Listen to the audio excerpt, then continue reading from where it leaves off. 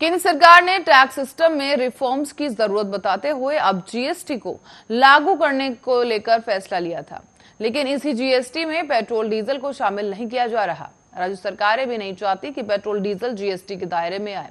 Petrol diesel को ना तो केंद्र और ना ही राज्य सरकारें जीएसटी के दायरे में लाना चाहती हैं, क्योंकि सरकार को लगता है कि आम आदमी की जेब भरने के चक्कर में उसका ही खजाना खाली हो जाएगा।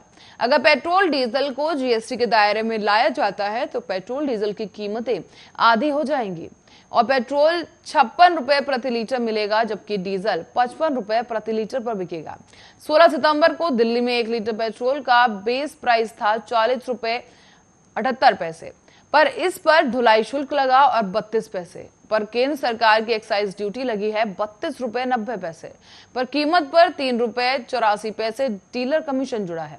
फिर राज्य सरकार ने 23 रुपए 35 पैसे वैट लगा दिया और आखिर में खरीदार को पेट्रोल मिला 101 रुपए 19 पैसे प्रति लीटर पर, जो डीलर प्राइस से 125% ज्यादा है। सबसे बड़ा सच ये है कि अपना खजाना भरने के लिए सरकार ने आम आदमी के कंधों पर महंगाई का बोझ डाल दिया है। इसीलिए 16 सितंबर को जिस 1 लीटर पेट्रोल की कीमत 101 रुपए 19 पैसे थी, सरकार उस पेट्रोल को 56 रुपए 45 पैसे में नहीं बेचना चाहती।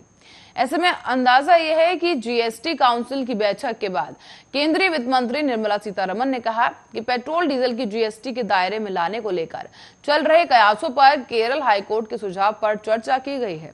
सदस्यों ने साफ तौर पर इसको खारिज कर दिया है।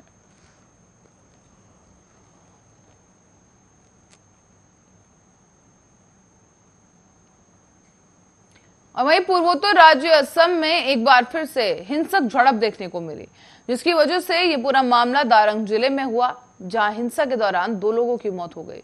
घायलों के शरीर पर कूदने के आरोप में एक कैमरामैन को भी गिरफ्तार किया गया है। दरअसल इस घटना का एक वीडियो है जो कि सोशल मीडिया पर वायरल हो रहा है, जिसके बाद से असम में बीजेपी सरकार और प्रशासन पर भी गंभीर सवाल खड़े हो गए।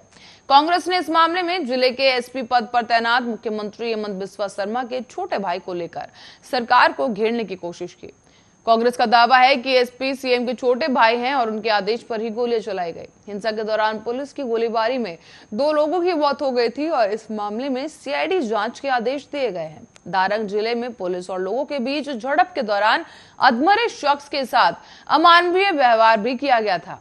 दरअसल वायरल हो रहे वीडियो के मुताबिक एक ग्रामीण पुलिस की ओर लाठी लेकर भागता हुआ नजर आया, जिसके बाद पुलिस की कई बंदूकें और लाठी उसकी ओर तन जाती हैं। एक गोली लगते ही ग्रामीण नीचे गिर जाता है और फिर कई पुलिस वाले शख्स पर लाठियां बरसाकर उसे अधमरा कर देते हैं।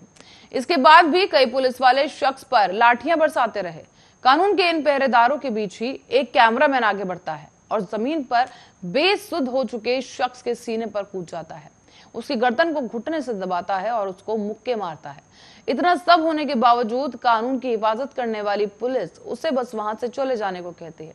असम पुलिस की एक करतूत वायरल वीडियो में सामने नजर आई, जिसके जरिए अब जब बाहर आई तो सवाल का जवाब देना मुश्किल हो गया। बाद में हमला करने वाले कैमरामैन बिजॉय बोनिया को गिरफ्तार कर लिया गया। इसी घटना पर सीआईडी जांच के आदेश भी अब दे दिए गए हैं।